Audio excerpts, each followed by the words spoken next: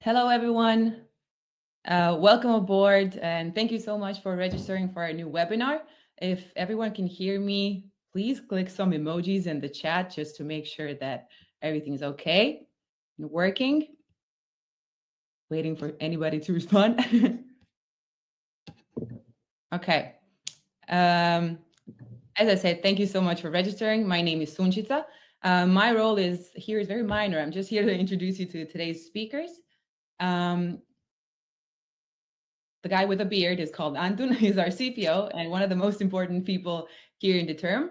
He has vast experience in creating products and features in our company that corresponds with the newest industry trends.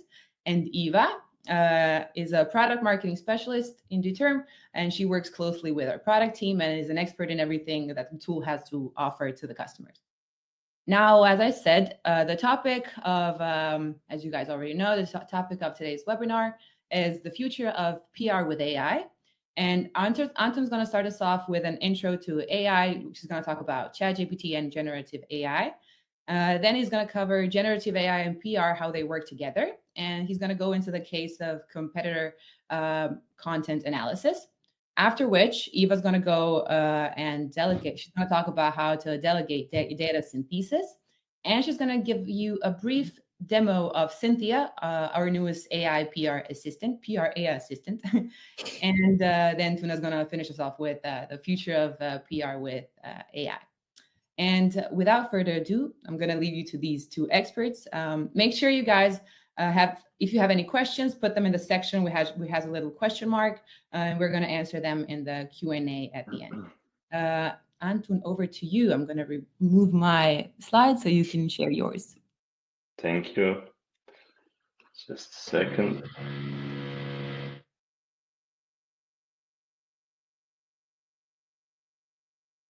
I forgot to skip this part in mine. Okay, nice to be today. I want to start with a short story about where these things are going. So for the past like 7 or 8 months, it's been really crazy in this generative AI space, and of course everything that's surrounding the AI right now.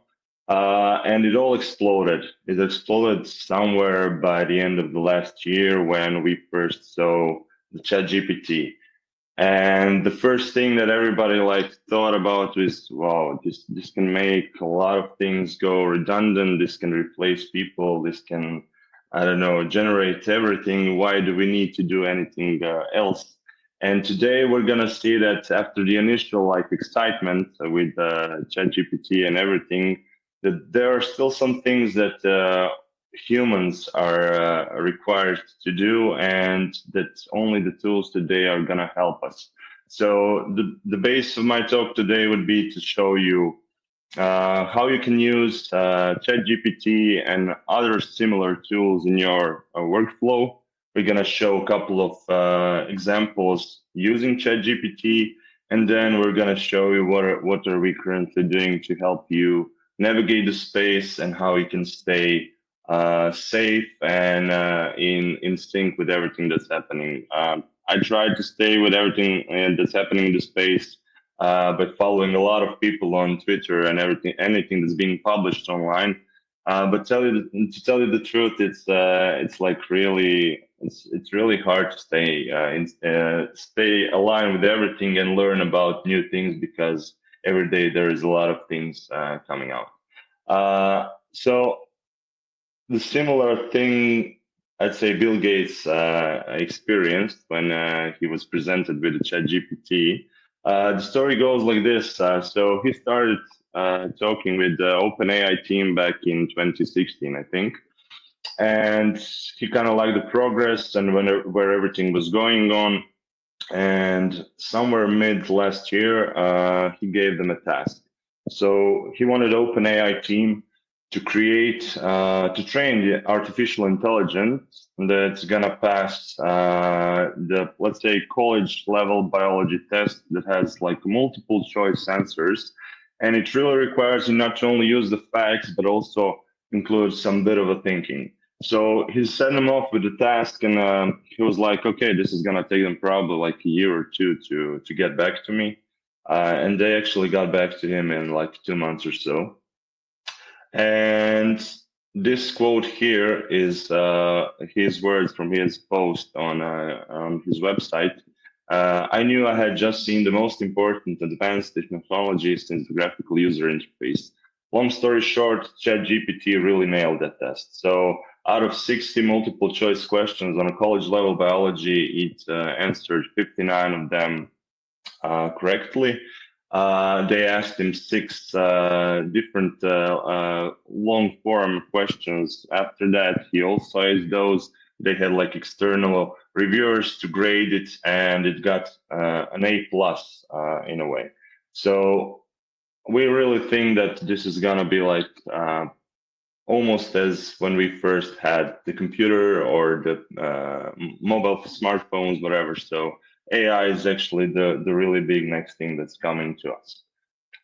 With this quote, we wanted to see what ChatGPT would say. So, like an short intro to today's topic and everything. We asked ChatGPT on the chatopenai.com website to rephrase the previous quote and make it relevant for PR professionals. And it's actually output this. So ChatGPT says, I knew I had just witnessed the most significant transformation in PR since the advent of online media monitoring. Back in, I don't know, 2009, 2010, when social networks were just rising up and everybody was getting on that bandwagon, there was like a really big need to see what's happening in the social media space. What are our clients, customers talking about our products, competitors, our CEOs, whoever. So we wanted to grasp all that knowledge.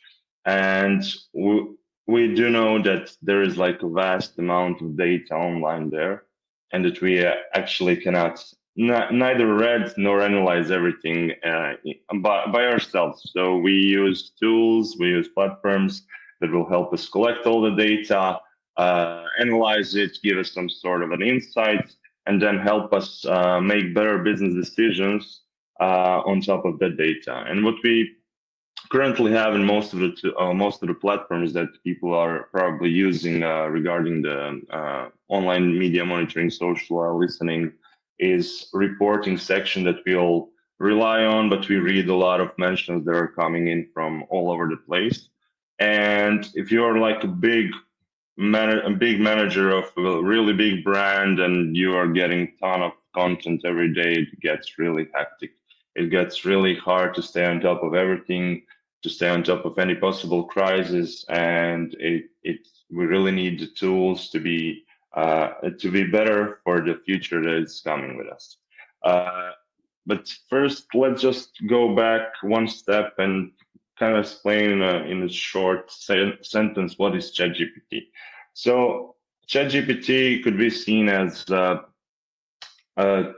supercomputer program that's created by OpenAI. And its primary purpose is to have conversations with people just like I'm talking to you today. It uses artificial intelligence so it can understand what you say, and it can generate responses that sound like they're coming from a real person. In order to achieve that, they had to train it on a lot of text from the internet. So it really has a wide range of information and on a different topics. You can ask it questions, tell it things, or just have a chat with it, and it will do its best and give you helpful and relevant answers. People usually say that it's like having an assistant, or at least somebody who is like really clever, and we can ask it or instead of Googling it. But there are, of course, some things that we need to take care of and be very aware of when we're using ChatGPT, but a bit later about this in a couple of slides. And today's talk also mentions generative AI. So generative AI is a type of artificial intelligence that has the ability to create and generate new content. So images, music, text, or even videos. And it uses complex algorithms and models to learn patterns and structures from the existing data. And then it generates new data that resembles the original input. So to think of it like maybe in a simpler terms, it's a creative machine, and it could come up with its own unique ideas. So it learns from a lot of examples, and it uses that knowledge to create something new and something original. So mostly we've been seeing this start of this year when there was a lot of images that were generated with the AI. So using Midjourney or any other tools to see the images that were never seen before, that were trained on all of the data that has been publicly available on the internet. I'm not going to go into copyright and author rights right now, but it was trained on that data, it was trained on the images, and then it could write stories or poems or create images or even create music, videos, and everything else. So it really opens up an exciting possibilities for creative expression, and it's a really powerful tool for innovation and imagination. So there are like when things firstly started occurring, there was a lot of hype about who is going to lose jobs here, and it's naturally that people think about it and want to know if they will be replaced by AI. And short answer for you today is no. So uh, we see it as a tool. So you have to use this tool, and you will have a competitive advantage on anybody else in this space who is not using the tool. So when I say tool, the AI will increase your time and resource efficiency. It will automate your menial tasks. So it will allow you to focus more on high value activities. So you will not have to bother with some menial tasks that you're wasting a lot of your time on. It has to be done. Somebody needs to do it. But today we're gonna see how people in PR are using ChatGPT and other AI tools to improve their efficiency. Mostly from the top of my head, first like examples when we originally saw the ChatGPT come to life was okay. We could generate a lot of pitches or press releases or social media copies and captions for our content, and it worked really like a breeze. So we could generate a couple of those in a couple of minutes, and then just iterate, have the first drafts, and then polish it up a bit. So let's say that at least 70% or 80% of generated text was like used, and then we improved it, put up our own context in there, and polished up a finished product and showed it outside.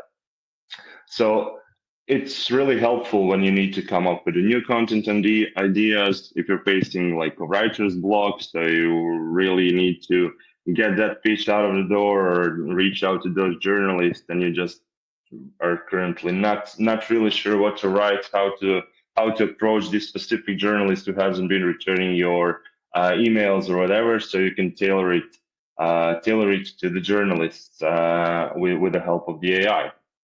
And of course, there's like this part, like an advanced usage of the ChatGPT and other tools in the space, such as you have tools that will help you create a knowledge base. So you could put up all of your, I'd say, internal knowledge docs into an AI system that will help your colleagues, that will help new hires to better onboard and how you work, what you do, how you approach your clients, and everything. So this is just like a really small example from the start what can be done with the AI, with the ChatGPT.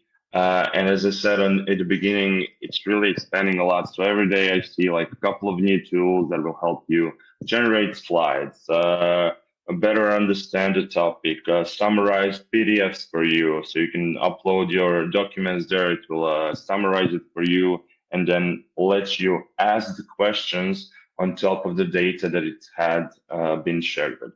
So a lot of things are in the space, but let's focus a bit more on how generative AI is being used in PR. There was a great survey by McCrack, which is called the State of AI in PR 2023. So Okay, just video is clear, presentation is blurry.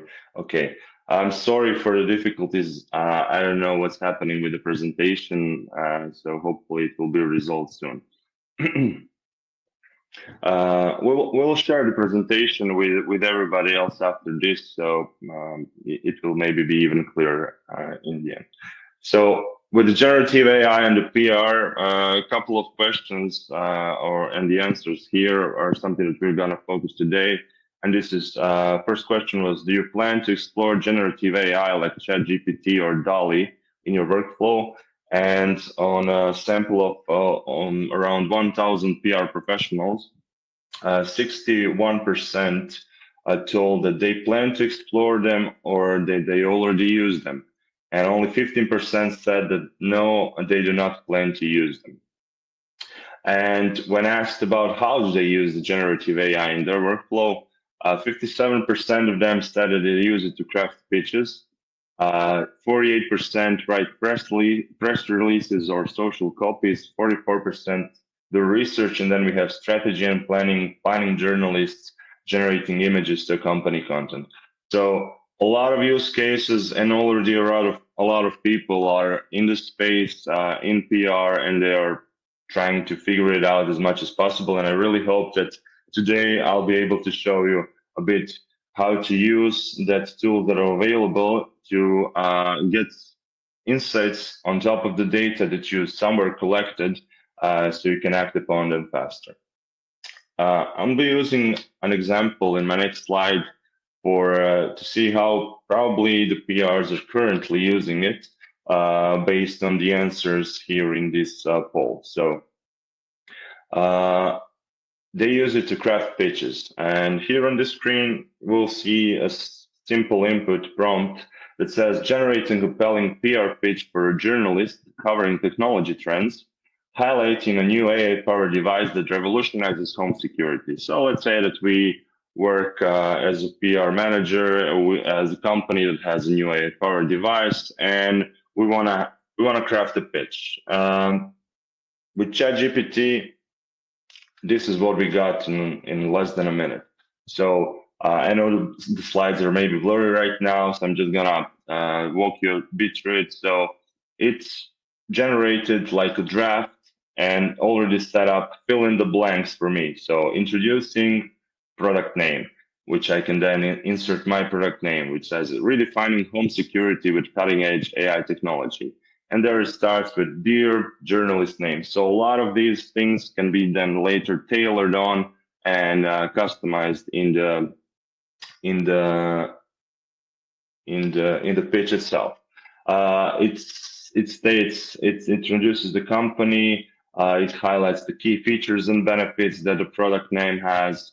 They raise also a couple of questions regarding privacy and data security and why is it important, what they believe in, and how they would be delighted to demonstrate to a journalist a bit more regarding their product. And at the end of it, it even says your name, your title, your company, your contact information.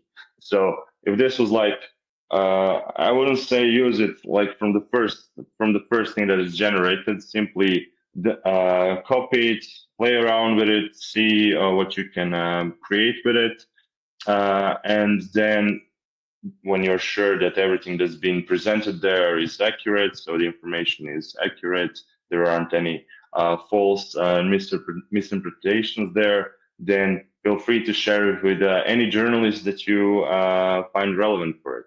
But maybe ChatGPT could also help us with that task. So let's try with him to suggest journalists for us. I will be using an example of suggesting 10 online publications that would be interested in my pitch. So this is the exact words that I input in ChatGPT.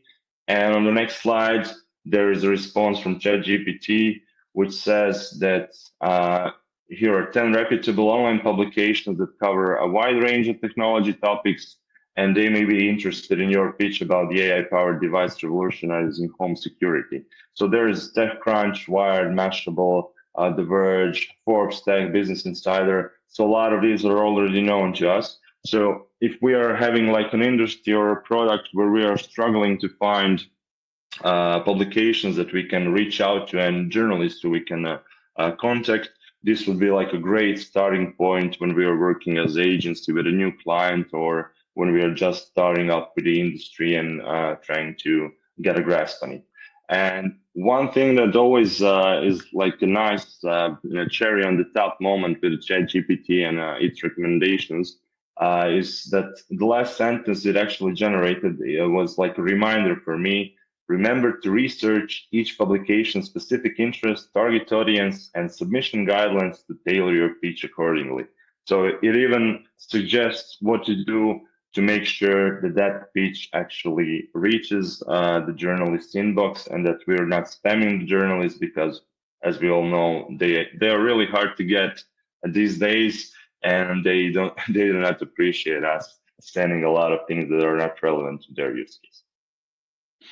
All of these sentences that I've actually inputted in ChatGPT are prompts. So prompting is for me like the art of asking questions. When we initially discovered ChatGPT and when we first started playing with it, you could test it out on a couple of simple questions, and then you would get like an instant, maybe reliable, but to you, if you're not familiar with that specific industry, would be a very viable and very sound explanation of the question that you asked. So the answer was very clear to you. But when we started digging in with giving it a bit more questions or asking a follow-up questions or not being maybe even clear, it's really started to generate some content that didn't make sense to us. So the quality of what ChatGPT is gonna output to you is gonna depend largely on the input or the prompt quality. So you need to aim to provide as much context as possible, be clear and concise with the instructions on what you want to achieve. And there's one special trick, I'd say, with prompting. So there's a lot of tips and tutorials if you want to explore a bit more this prompting space. A lot of content is being created right now on how to improve your prompts, how to write better prompts. And what we found, personally, what I found is that using act as and assigning a ChatGPT a role of somebody. So, for example, act as a public relations manager, and it will give them a context on any of the follow-up sentences or questions or things that I input there to better provide the output of the answers for me. And you can use it for pretty much everything else. We also played around with act as any other member of the team. So it was a designer, a product manager, a software developer. We really tested it out a lot to see how it works. We even tried feeding up the whole job descriptions so we could see will it better perform on the task. And the more data that we got into it, the more context that we provided, the more feedback, the more the results were better. So when prompting, it could be hard if you're just starting. It could look that it doesn't know a single thing, but if you start playing around with prompts, it could actually be a lot better for you. And to dig deeper into today's topic and the use case that I'm going to show is the data analysis one. So we all want to use the data to make informed choices and enhance our strategies, deliver measurable results. Now we probably have the data already. Either we collected it with a brand monitoring platform, social listening. We have internal data, customer surveys, or if you have like customer-facing teams, they are also receiving a lot of data. So in order to process everything and read it out, it could take a lot of time. And with the ChatGPT and providing the context and the data into it, we can then ask questions about the data. We can then remove that need to manually analyze large amounts of data, and of course, increase the speed to insights. So with a couple of prompts with some cleaned up data that has been prepared because we know the task that we want to achieve with ChatGPT today, we could generate a lot of insights on top of the data that's being collected. So for this example use case, I decided to go with a competitor content audit, and it has a simple goal. So I want to collect competitor data by using Determ in my case, but you can use any other platform for brand monitoring, social listening, or however you get your data. I will use a couple of prompts and feed the data together with the prompts into the ChatGPT, and then see what kind of a data and answers do I get. So in order to collect the competitor data, I decided to go with the Nike official social media channels. Basically, the setup is in the background, give me everything that Nike is publishing on their Twitter, Instagram, Facebook, TikTok, YouTube, wherever we can get our hands on the data. And usually you would get it in a way of a feed, and then you would probably try to export that data and play around with it later on. We exported that data as a CSV file, and then we wanted to put ourselves in the shoes of a competitor. So the prompt that we are feeding for the starter to the ChatGPT to start this content audit is we're going to put ourselves in a position of Adidas public relations manager. And the prompt goes like this: act as, so I'm giving you the context of his Adidas public relations manager. I'm providing you with a social media post from official Nike accounts. Data is provided in a CSV format, and now is the action that I want to actually achieve. So identify the key messages and values they consistently communicate to their audience. And at the bottom of that prompt, in a new line, I actually pasted data that I got from my CSV expert. So I cleaned it up a bit, because usually when you export the data coming in from the media monitoring tools, you will get a lot of metadata with it.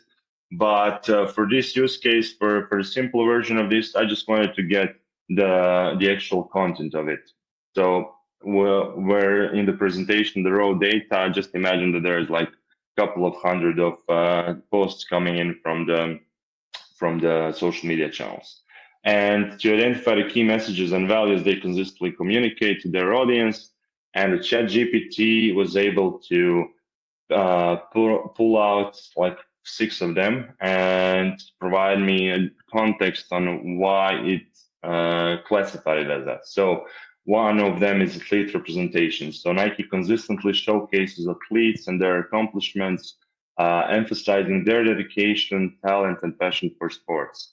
The other one is fashion and style. It promotes its products in a fashionable and stylish. They feature individuals and influencers showcasing their outfits and Nike gear. They have also detected the customization and personalization, inclusivity and diversity, environmental awareness, customer support and engagement. And to summarize it all at the bottom, ChatGPT states these key messages and values consistently appear across Nike's social media posts, reflecting their brand identity and their efforts to connect with their audience on a deeper level. So in a matter of minutes, we could analyze the data from the past month coming in and see the biggest key messages and the values that our competitor, or in this case Nike, is presenting on social media. But I want to dig deeper, so I want to assess the tone, the language, and style used in their post to determine their brand personality. So with it, ChatGPT also returned that they use a vibrant and energetic language to engage with their audience, often using emojis and trendy phrases. The tone of their post is enthusiastic and positive, creating a sense of excitement. And they also reference to popular culture such as K-pop and fashion to stay relevant and appeal to a younger demographics. So we can see that from this part of analysis on top of the ChatGPT and the data that we pulled, We already have the tone of their voice, who are they trying to appeal, and are they staying in touch with the younger generations. We can see their style of communication is a casual and conversational, and that they also reflect the commitment to inclusivity and diversity, as seen in their support for Pride Month and their representation of different cultures and national themes in their kits. Overall, Nike's brand personality can be described as energetic, youthful, trendy, inclusive, and engaged with its audience. So, like I said, again in a minute or so, I got this information. So basically, usually it would take me a lot of time to grasp through all of this and to just, if I'm not familiar with the brand, so Nike is very familiar actually in this case. But imagine if I was trying to figure out a new competitor or somebody else in the space. But let's even dig deeper. So I want to identify the themes, topics, and hashtags used in their post to understand their content strategy. So this is the actual prompt that I'm feeding after every answer that the ChatGPT provides to me on my previous prompt to the ChatGPT, so it can continue with the analysis.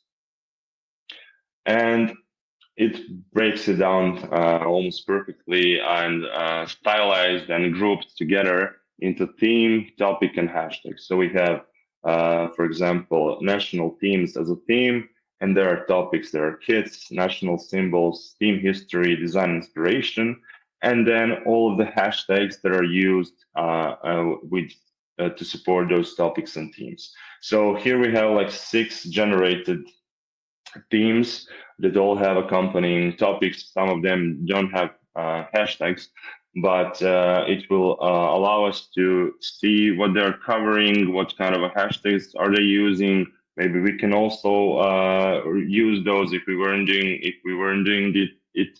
So it's really good and quick insight. In the past, you had to go to your media monitoring tool, go into the reports, and then try to work your way around multiple keyword clouds, phrase clouds, emoji clouds, or even phrase clouds to just get that data and then generate something like this on your own. And one of the last prompts that I used was to evaluate the competitor's overall reputation management strategy on social media. So it has the content variety, the brand engagement, the product promotion, athlete collaborations, social responsibility, and customer support. So overall, it's a well-rounded social media strategy. It's effectively engaging them with their audience and promoting their products, highlighting their partnerships, and demonstrating social responsibility. And doing this, Nike maintains a positive brand image and fosters customer loyalty. So in less than, I'd say, if we're playing a bit around with the prompts, it could take maybe up to 15 minutes if you're doing it for the first time, and simply copying and pasting these prompts using your own competitor and your own company to get the same results as I got here. If your competitor or your company is not in the data set that they have trained on, so ChatGPT actually was trained on the data on up until 2021. So if your company is a new company, you might need to add the additional context. A nice trick there is if you have like a large competitor in the space that is fairly known, you can then say, okay, we're company X. One of our biggest competitors is company Y. Do you know about it? If the ChatGPT provides you with a clear answer, then you will be able to further on dig on your use case with your company. Just because it knows your competitors, it will fairly certainly understand what are you doing, what is your company doing, and what would your goals be when you're creating with ChatGPT. So to summarize this part of it, it helped us identify the key messages and values, assess the tone, language, and style, identify the themes, topics, hashtags, and evaluate the competitor's overall reputation strategy. So it's a start. It's not everything that you need to do when you're doing this kind of audits, but it will certainly save you a lot of time. But one also great example is we saw what they are publishing, what they are writing about, what kind of voice they want to present to their audience. But let's hear the other side. So let's hear the voice of their customers.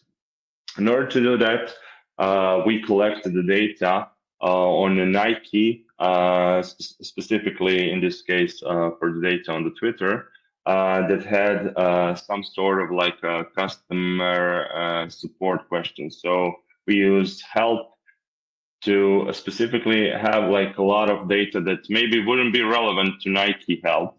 Somebody is mentioning help with something else, but Nike is also mentioned here, just to give a bit of a noise to our data to see how the ChatGPT is going to handle this.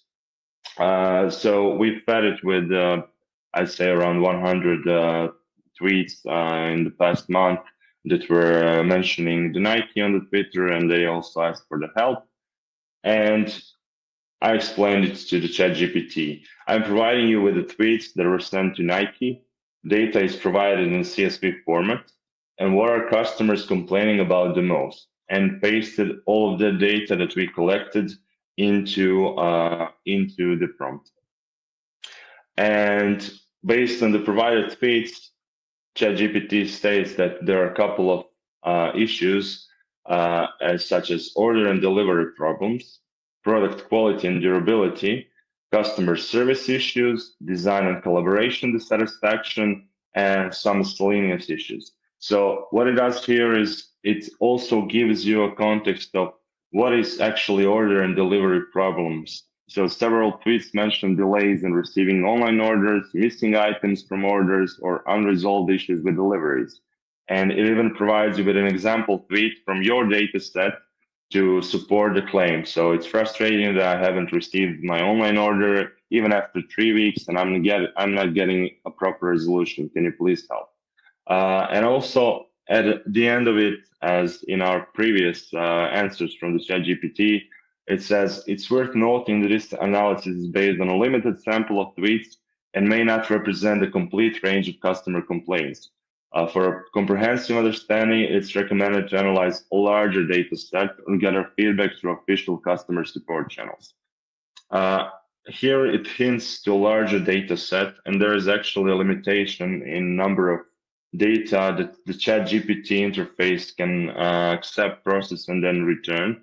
And you can bypass those limitations by either splitting up your raw data.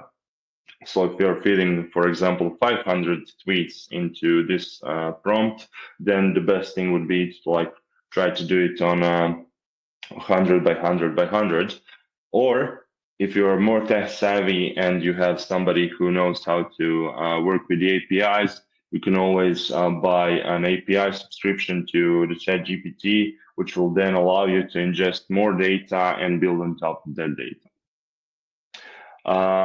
But those complaints and everything that has been analyzed from the Nike's customers are maybe a perfect time for me as Nike's competitor to show my strengths. So to the same ChatGPT prompt, I said, you have just analyzed Nike's customer complaints and detected their top issues.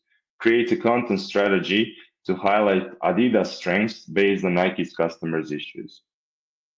And based on that, it provides me with a content strategy titled Highlighting Adidas Strengths in Addressing Customer Complaints. And then it highlights that we have seamless order and delivery experience. It even provides us with the example content for each one of those themes that we want to publish and show our strengths versus the Nike in this case. It highlights excellent customer service, superior product quality and durability. And this is like a great start. So you could take this strategy and then even drill more on it, ask more questions. So let's say my next prompt could be generate more examples for to support seamless order and delivery experience. So it will provide me with more content, or maybe I want to rephrase, rewrite, expand, or even shorten some of the examples. You can play around with it and see what kind of a data you get. And the final GPT quote was actually with the last response to the ChatGPT regarding a strategy. And it says, overall, the content strategy focuses on showcasing Adidas' strengths in key areas where customers have expressed dissatisfaction with Nike. And by emphasizing Adidas' commitment to seamless order and delivery, superior product quality, excellent customer service, collaborative design process, customers will see why Adidas is the better choice when it comes to addressing their concerns and providing a positive overall experience. So, as I said, a cherry on the top for you to even digest it before you dig into all of those steps of the strategy. So, all of these prompts, as I said, are something that you could easily recreate if you have a ChatGPT account.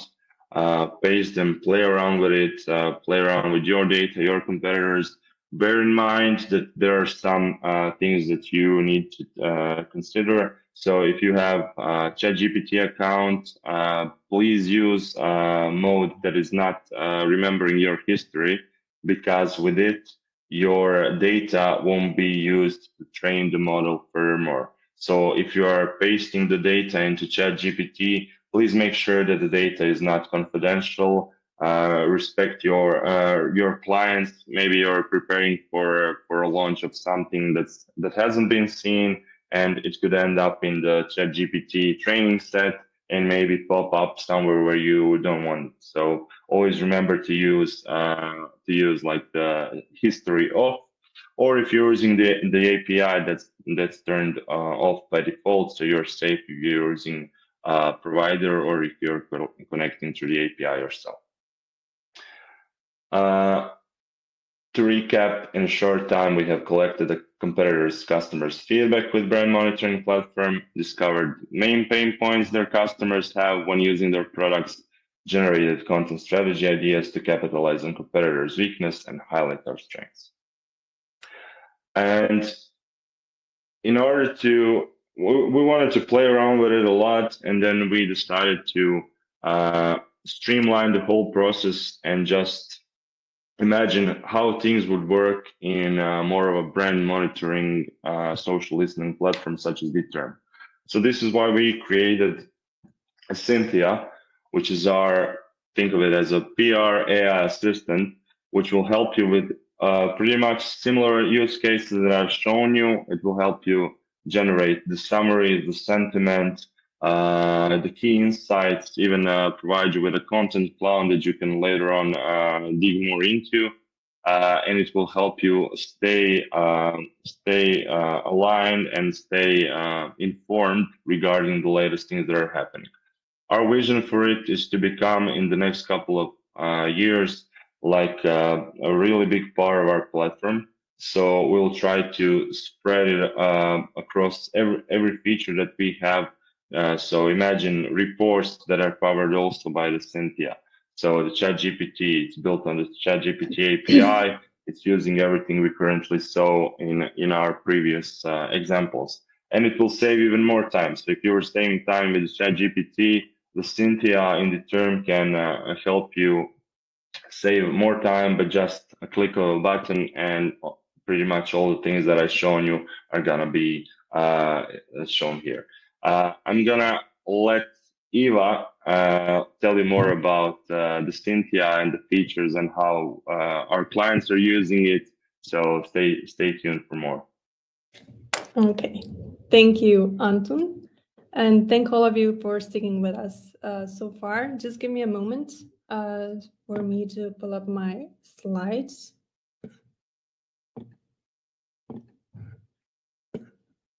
Okay, hopefully everyone can see this. Please a thumbs up if everything is okay, if you can see the screen. Okay, great. So just to give you some context on this next part of the webinar, I'd like to clarify the data that we have in Determ in order to leverage AI for media monitoring. So you may have known Determ as Media Toolkit before we rebranded. So Determ is an online media monitoring solution that works by searching the internet for brand mentions or mention of any keyword, phrase, or topic you're interested in, and then it displays them into a single feed. So you can view every single post or article about you, about your competitor, without manually searching for them. So you have seen this when Antun talked about gathering competitors' social media posts. So the Adidas, the Nike, you have seen a little screenshot of the feed. That is one aspect of Determ. So in general, media monitoring is a huge time saver. At one point in time, it was a milestone in public relations in the terms of revolutionizing the process of press clipping. Nowadays, all it takes is for you to enter your keywords, and that is basically it. So the tool will do the work for you. You'll get a list of all your brand mentions, and then also the analytics based on those mentions. So you can analyze brand awareness, reach, sentiment, demographics, and much more. So having all of this data, we started thinking how we can leverage all of this data and then AI to help PR professionals get better insights quickly. Because, as you all surely know, time is of the essence in PR. So it's extremely important to have not only a large amount of information, but also to have a structured information and to know which conclusions and key takeaways you can take from it. And so what we discovered and what all of our customers and sort of the wider people in the industry mentioned is that reporting is often one of the most challenging and time-consuming tasks. So if any of you are open to sharing, before I present what our research has shown, I'd love for you to share in the comments if you agree and how much time do you spend on reporting?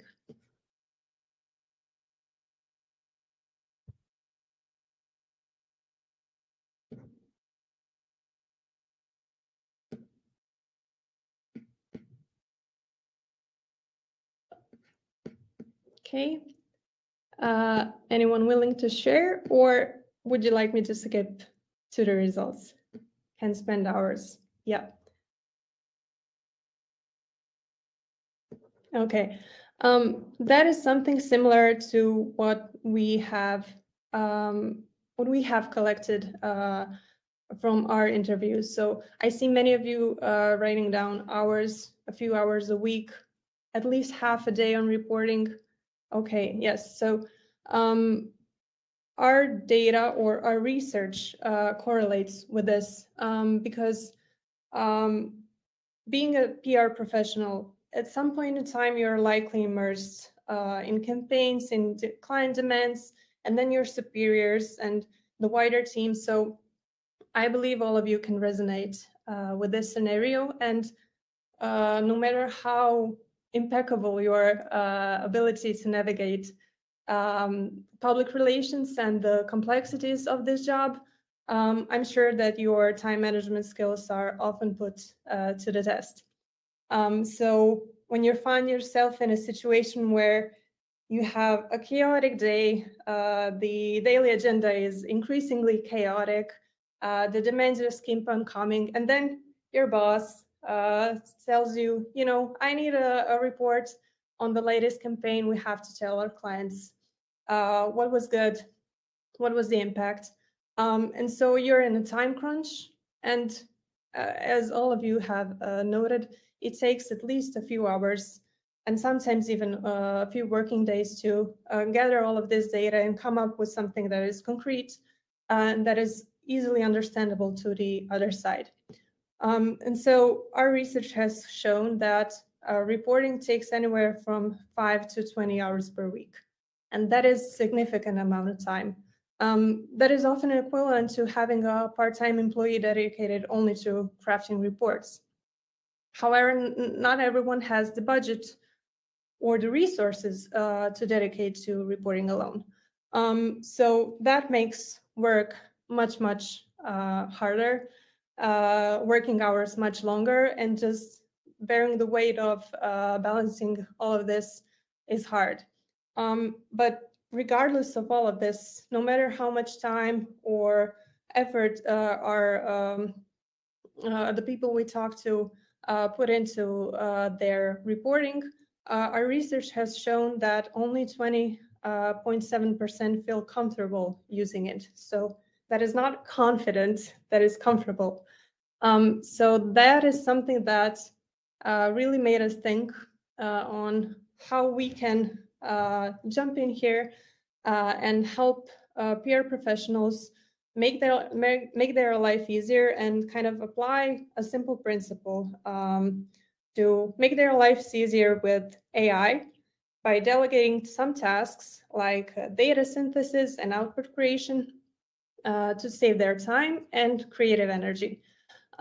So what we came up with was Synthia, as you have all heard, our AI PR assistant in Determ. So it got its name from this concept of synthesis and then AI. So you get the gist. And so what we tasked Synthia to do is to summarize top mentions, the ones that we collected, say, on our brand. So top mentions from the past 7 days. We asked her to analyze their sentiment and tone of voice, and then to extract key insights and takeaways that you can use immediately to act upon those mentions. So whatever was talked about, you have kind of a resume of the main topics, the main points that you need to act on. So the best part of this is that, in contrast to what you have seen before, so taking the data and then feeding it into the ChatGPT, we made Synthia work in a way that it just pulls data from Determ, talks directly to ChatGPT, and then delivers you the summary in Determ. So you don't have to go anywhere else. You have all of your data in one place. And what this does is obviously saves a lot of time. So right now, if you look at the number of hours you usually spend creating these summaries, and I will show you how it looks like, just think of how much time you can save. And then that frees up so much time and creative energy for decision making, for strategizing, and just other tasks that are more impactful. And so if we talk in terms of numbers, especially if this is something that you are outsourcing, we can talk in terms of agency hourly rates. So our clients reported that with Synthia and with these summaries, their daily savings go anywhere from $150 to upwards of $500 in hourly rates. So yeah, that is a significant saving. So let's quickly switch to Determ. I'll show you the interface and show you how a summary looks like, so you can see what I'm talking about a bit clearer. And then we'll go through specific parts of it, so you can see how you can utilize each part and what are the insights that you get. So,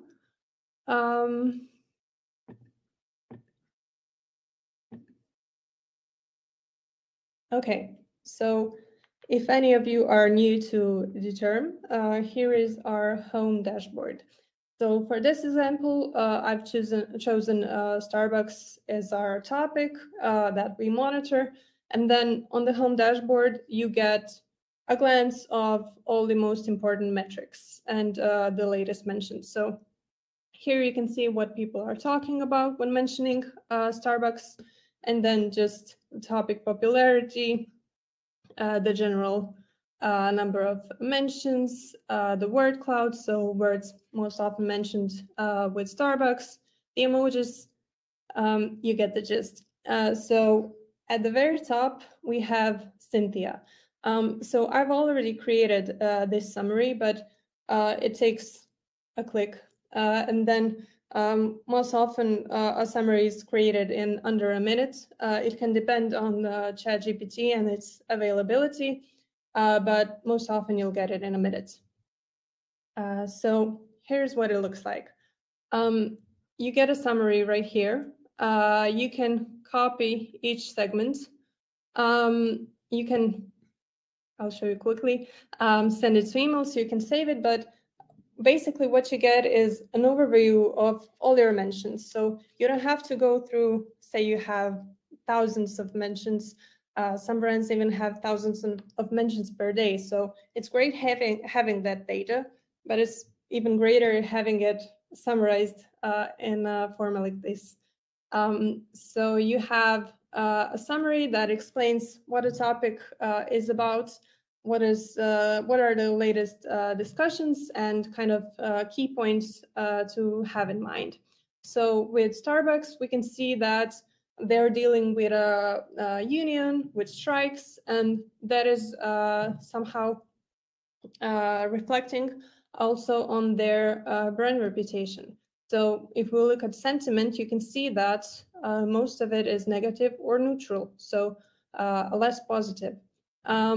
We can also see the tone of voice. So you can see the exact manner in which people talk about Starbucks, which is very important in PR because it gives you that context of knowing what the situation is and how urgent something might be.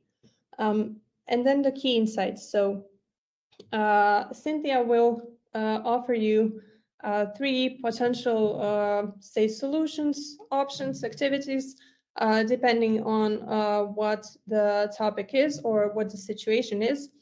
And these key insights are actionable things that you can do to kind of optimize your strategy or to act upon a certain, say, a crisis, an opportunity, or whichever it may be. So in this case, it suggests issuing a statement, utilizing social media to highlight positive stories, and offer a public forum for feedback and discussion with Starbucks's leadership, so everyone can get involved. And these suggestions, from what we have experienced so far and based on the feedback of our customers, have been extremely valuable because it really sets the tone and tells you, okay, right now you have these, say, 3 things to do. What it also gives you is a suggestion of topics to monitor. So what we found so far is that in this area, you can often get some topics that you weren't even aware of being important for your brand. One of our clients, a certain person was constantly showing up here in these suggestions, and they were like, no, this can't be. We have nothing to do with them. And then they did a simple click, created a new topic, and then they found that in actual conversations, that person was really mentioned alongside their brand, and they weren't aware of it. So this is just feedback for us, and then you can send to email to save it, as I mentioned previously. So, okay, back to the presentation.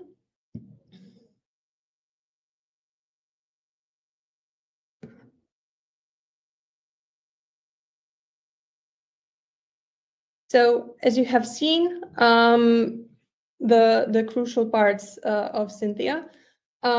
Here we have them in more detail. I've already kind of went through them, but here you can see in more detail how does it look like.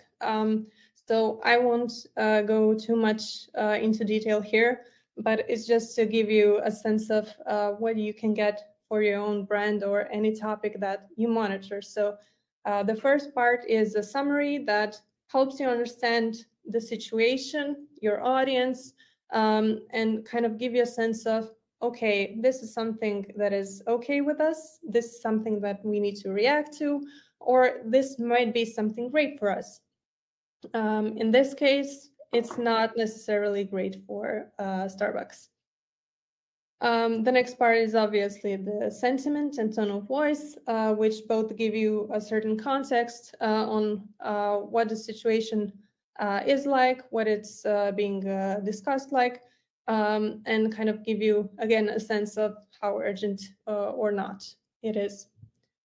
And then the next parts that you have seen, so the key insights, these will always be some kind of actionable steps on what you can do right now to make the best out of this situation, be it something good or something that is potentially damaging or negative for your brand.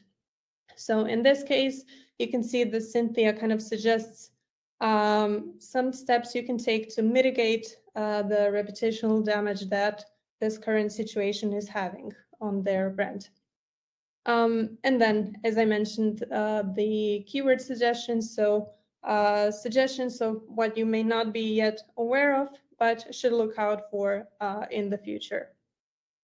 Okay, so we kind of, this whole conversation, so many conversations regarding AI and PR revolve around the question of, will AI replace humans?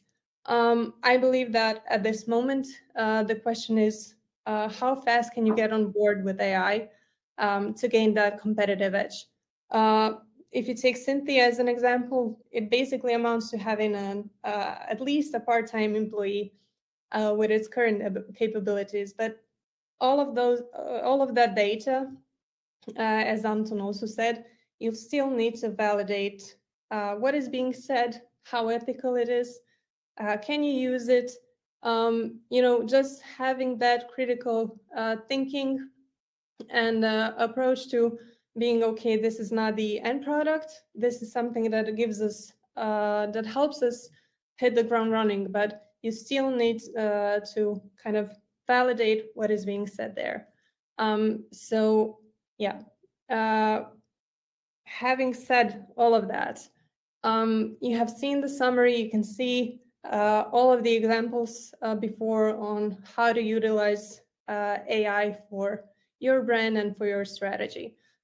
So I have kind of listed a few use cases here that I believe are the most impactful for this particular aspect. So all of them have something in common, and that is that in any case, you need to be able to react quickly. You need to understand the situation and your audience. So the sentiment, the tone of voice, you most often, at least, don't have the time to sift through all the posts and articles and decipher what the situation is about. Is this something that you need to deal with or not? So I believe that the most significant value that AI can have in this regard is to help you quickly detect key insights and then help you react and set up your strategy to be the most successful that it can be. So with summaries, you get a quick overview of the situation, you get an understanding of how it's being talked about, what kind of the deal is, and then you also get those actionable steps that help you react quickly. And the great thing about AI is that it can understand sentiment accurately. So it can detect sarcasm, irony, exaggeration, and all of those things that might otherwise be challenging for some tools. So with this, you kind of get the true context of the situation. And then obviously crisis management, competitor analysis, as you have seen it, monitoring a campaign, monitoring your brand reputation, all of these topics, when you think of them, kind of summarized in a short and sweet, but very effective kind of report is something that I believe many of you can benefit from. And from feedback so far from our clients, they were honestly ecstatic, as much as we were when launching this, because it is something that, if you remember, the stats that we talked about, it is a huge time and money saver for everyone involved. So yeah, that is all for my part. And now we can move on to the future of AI in PR. Thanks, Eva. Great overview. We have a couple of questions. We'll answer them in a short second. We just have the last couple of slides to go to. Eva is actually presenting, so Eva, please switch to the next slide. Okay, so as I said in the beginning, the space, the AI currently is like a really, really hectic one in terms of it's hard to stay on top of everything. So from what we can see here, these are some of the examples that originally like shook the world and got designers wondering what's going to happen with their jobs and everything else. And of course, the answer stays the same. Those who learn how to use it will mostly benefit out of it. So I'll just highlight a couple of images that are very fun to me. So the first one here in the top left corner is actually the image that raised a lot of questions regarding the AI, the use of AI in the art and everything. It was the image that actually won an art contest. So after that, the artist actually told everyone that he was using one of the generators of the images, and he won the competition. It stirred a lot of panic. Everybody started thinking about the rules that they're gonna introduce into their future contest and everything. Right next to it, we can see a Trojan horse. And it's a fun one. It's a great account on the Twitter, basically taking selfies in the historical times. So you have a lot of like historical happenings and figures that are being like in a selfie photo with the author of this post. We can see that it can generate the food images. So this is a pizza that was generated with the Midjourney, I believe. We have Albert Einstein, who's also taking like a photo of itself and tweeting about it in the 1940, and a couple of other very realistic portraits of either people or some let's say creatures in this case. So it took over by the storm. It was mostly seen with the ChatGPT and with the Midjourney here, because it was very visible, and everybody thought that once the day comes when AI is gonna do when AI is gonna start taking some parts of our jobs, that the creative ones are gonna be pretty much in the, let's say, safe spot. And then when we see how the technology advances every day, we can see that there is a lot of things that are happening right now. So this also leads to a lot of problems, especially in the PR space. So I put up a couple of like screenshots of the articles of the images that raised a lot of questions, and a lot of people were honestly like not sure if it was a real situation or is it a fake one. We all heard before about the deep fakes, but with everything else today, it has become a really simple and really fast to create. In this case, Pope in a really fashionable outfit. One of the ex-presidents being arrested. And one of the French president is seen as a protester or as a part of the protests. And there is even a couple of lawsuits in terms of one of the publishers created a ChatGPT interview with Michael Schumacher, and the family is threatened with a lawsuit. So a lot of things are happening, and a lot of it is now like in a regulation phase. So we are yet to see what's going to happen in the future in terms of what we will have to fight with on this field. Eva, please, next slide. Yes. But it's not just the text and the images. So we also have voice AIs, video AIs. So basically, Meta announced that their new AI model can replicate the voices of the loved ones, but they said actually that it's too risky for them to release it. And we had like a case a couple of months ago when somebody took a sample of the voice of one famous hip hop artist and then created the whole song, published it on the streaming platforms, and it stirred a lot of controversy in the field because it really did sound like the artist itself. So the whole text, the lyrics, and everything was generated, and it used a sample of the voice and then generated the whole song.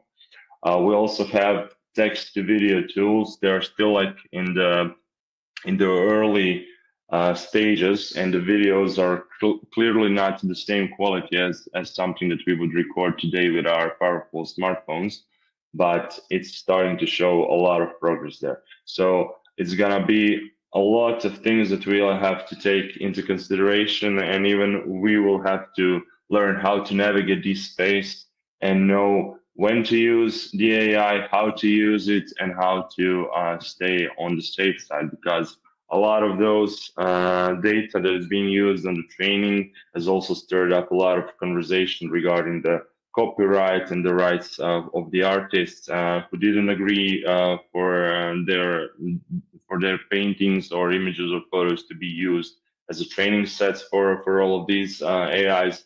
So it's a bit of an unregulated space right now, but in our case, since we are based in Croatia, the European Union is already working on governing and bringing up the AI rules on the EU level. So we're gonna see what happens in the next 6 months regarding that. So we all know that GDPR is from the EU, and they are really trying to regulate to stop any kind of a misuse in the future, because it's powerful and it could be used for spreading misinformation and spreading fakes.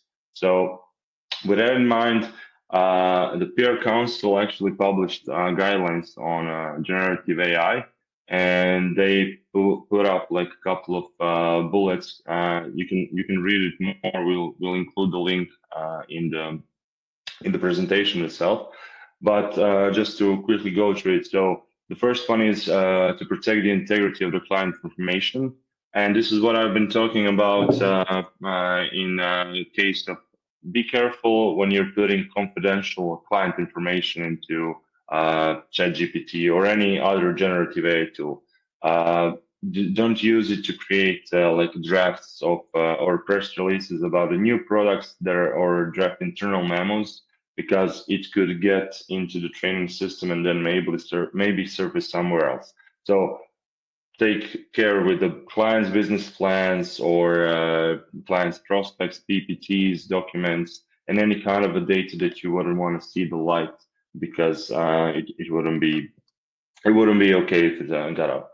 So don't use the generative AI images as a final creative for a client campaign, because there is a risk associated with a copyright infringement, because currently it will not state on what data was your output generated. They're talking about also to honor the role in society. So we as PRs do not shouldn't use AI, generative AI, to create or spread deep fakes or misinformation or disinformation. And always be mentioned it a couple of times, we have to be committed to accuracy. So check the sources and check the data that the AI tool provides. There's a question regarding the hallucination rate in the Q&A section. ChatGPT and other tools can hallucinate. Basically, that means that they will come up with some answer that might not be correct or factual. So you really have to check your sources, check the data that you're getting out and that you're later using on, check for the plagiarism, copyright infringements, or trademarks infringements in the outputs. Just around 20% by some, I'd say, cases and benchmarks, that there is like a 20% hallucination rate with the data that's being generated from the ChatGPT in this case. And they plan to, as they move with the new versions and everything, they plan to minimize the hallucination rate. You can try to do it yourself with the help of a couple of prompts. So it wouldn't be completely removed from your output in cases when ChatGPT is not really sure or doesn't have the data. It will sort of make his own truth, and then you would have to really check that you are not publishing that. So there is another bullet that says that they believe that our clients and public are best served when third-party relationships with spokespeople, bloggers, partners, allies are open and transparent. So basically what it says, they recommend disclosure if generative AI tools are used in any part of your process. So this is actually something that is being talked a lot about in the AI space, because soon enough it will be really hard to see the difference between the real one and the fake pictures. So in this case, the Pope, if you were to pull up the image itself somewhere on the side, you could see a couple of details that are really not in place. For example, one of the AI tools for generating images, or most of them, actually have a lot of problems with generating hands. So always look if somebody in the picture has like 8 to 10 fingers on each hand, because it could be a really great indicator that there is that this is a fake one. And there is a bullet point about diversity and inclusion in the profession. So there is certain biases incorporated in the AI output, both in writing and in developing imagery. So you have to also take into consideration that there should be there could be some bias in the output. And for the final part, they're committed to agency practices that increase society's confidence in the practice of public relations, which basically means that agencies, PR agencies, should establish a clear guidance and conduct regular firm-wide training on best practices and proper ethical and legal use of AI. So training should focus on avoiding ethical and legal risks, best practices for using AI in workflows, mitigating potential algorithmic biases, and proper and full sourcing. So you can read the whole article on their page. We'll also link to it. And with that today, and with everything, I would like to thank you for your patience, for sticking with us for a bit longer than we anticipated in the start. And we can now start with the Q&A section. Yes, before we begin with our Q&A section, I would just like to say bye to Eva. She's going to leave us for now. And then Tunan and I are going to continue with the questions. Bye, Eva. See you Thanks, later. Everyone. Bye. Bye. Okay, let's head on to the first question that has been upvoted. Antun, if you can answer it. You already kind of did, but just a short recap. Is AI reshaping marketing and PR? Definitely. So we've seen from all of the examples that there's a lot of use cases in our daily work in both PR and marketing, and that we can incorporate those into our workflows. So when generating copies, pitches, social media images, everything that could be done in a faster and in a more let's say creative way, but not creative in terms of humans are not creative, but just to generate a couple of more ideas to help you with finding what you need to publish or what you want to write about today. Definitely. There are a couple of questions related to Determ and Synthia. So there was a question, does it work for news websites like CNET, meaning we see the latest articles they published? So I think that this question is regarding the Determ as a brand monitoring platform. So yeah, it works for the news websites. We have a way of collecting the data and then delivering it to you in a way of a feed where you can then see what has been published and who has mentioned you, your company, or your brand anywhere online. Perfect. Another one for Synthia. Can Synthia sense the pulse of sensible topics like racism and segregation when the sentiments about a brand are spoken on social? We've seen the cases of it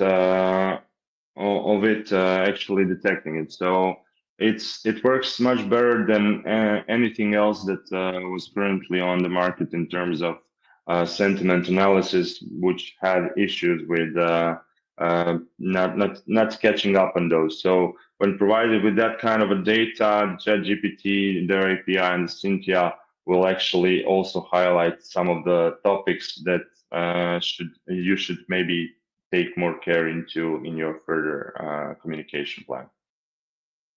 Perfect, thank you. Some of these questions are now mostly about AI. Okay, so let's get to the first one. What has changed in content analysis with AI? I think we had like a really big section in the webinar, but if you don't mind giving a short recap. Yeah, it became a lot easier and a lot faster to do that kind of analysis. So it won't provide you with everything right now, but you will have to, as I talked about in the previous slides, we've shown a couple of examples what kind of insights can we gain, and then you also have to take into consideration that there are other types of media that you would need to analyze the content on. So, for example, ChatGPT currently won't help you with analyzing images or video or something that is not a pure text. But I hope to see also that kind of application of the AI in the future in the content analysis. Perfect. Thank you. So the next question was written in French, but I went to translate it with, you guessed it, ChatGPT. It was a question: how is the update of information on ChatGPT carried out? Not sure if this person got to the part where we inputted our information, the raw information. So he was actually wondering what is already inside of ChatGPT and how often is that information updated. I think that was the question. So from the starting slides, I used the whole prompt, and then just to keep it shorter and to explain what is the goal of the next answer that we're gonna get from the ChatGPT, I only included the last part. So when we share the recording and the presentation with you, the first slide has the complete prompt, and then all of the other slides have actually the last part of the sentence where I'm giving the ChatGPT an instruction on what kind of an output do I want on top of that data. And why am I doing it? Because it's when we get deeper into analysis and when we are asking a follow-up questions, if we have a lot of data that's being fed into the ChatGPT, it will start losing its grasp. So it will start forgetting about the data that we provided to it. It may even forget about the previous question or the previous answer it has given. So in order to ensure that every time I got okay answer on the data, the full prompt was used and also the data was fed. So just for the presentational purposes, I took out those extra bits coming in from the second slide of the prompt. Perfect, thank you. The next question, if AI can pick information from the prompts given by users and it's suggested to not record it as history to avoid leak of confidential information, then most probably it's easy to teach fake information to the AI. Are there any steps taken already about that? Yeah, so it could be easy. That's why originally when they first released the ChatGPT to public, they actually didn't train on the data that we were feeding into the ChatGPT. And later on, they started incorporating that data into, but they have some sort of mechanisms and systems that are recognizing maybe prompts or information that is being fed into the system. And you can always give the feedback to OpenAI ChatGPT creators, OpenAI company, and act to improve on top of that data. So for example, they had a lot of issues when starting with ChatGPT giving instructions on how to do some, let's say, illegal things. And it's also spread out across the internet, on the Reddit, on the Twitter, and everywhere. People were really coming up with creative ideas on how to bypass those rules. So, for example, if you were to ask, I don't know, how to open up, how to steal a car, okay, that would be like an example. And ChatGPT would answer you that he's not, he won't share that information because that's a harmful action, legal action, whatever. But if you were to ask it differently, so for example, I lost the keys to my car. How can I open it without the keys? It will give you pretty much the whole instruction set that you can use to break into somebody's car. So I'm not saying that there is like a great criminal career for somebody who wants to do this kind of a prompting, but people sure did get a lot of the laughs on online. It's a great example. This next one is not really our area of work, but I think you might know how to answer it. What is the accuracy level in transcribing of an audio interview session? So if this is not a question related to the actual platform that we're using today for this webinar, from the creators of the OpenAI, they have they have 3 products, let's say. So they have ChatGPT, which we covered today. They have DALL-E, which is an image generation one, and they also have a Whisper AI. So we played also around with the Whisper AI, and the accuracy is actually I can't put up like a percentage, but from what we've seen and from what we tested it with, it's really high. In terms of we played with the transcribing of the data. So, for example, I don't know. Let's transcribe a YouTube video that we collected for you inside of the Determ. A couple of years ago, if that video wasn't spoken from like a news anchor or somebody who had like a really good punctuation and everything, you will get a lot of junk in the transcription. But today, with the Whisper AI and with their advances, we even see it getting around 85 to 90% of the words that are spoken in Croatian. So it's not we're a small country. It's not a widely used language. So having it also recognize Croatian and any other languages like a really big plus and a way forward with the analysis of the content in the future. Thank you so much for that. If anybody has any more questions, now is your last chance to ask them. If not, thank you all so much for participating in today's webinar. And thank you to Antun for this lovely session that you had. Eva's not here to thank her anymore. Everybody's going to receive a recording and the presentation as well. And obviously, if you have any other questions or any other requests, email me. I think you have it. You're going to have it in your inbox very soon. That's all for today. See you in the next webinar. Thank you all. Bye, everybody.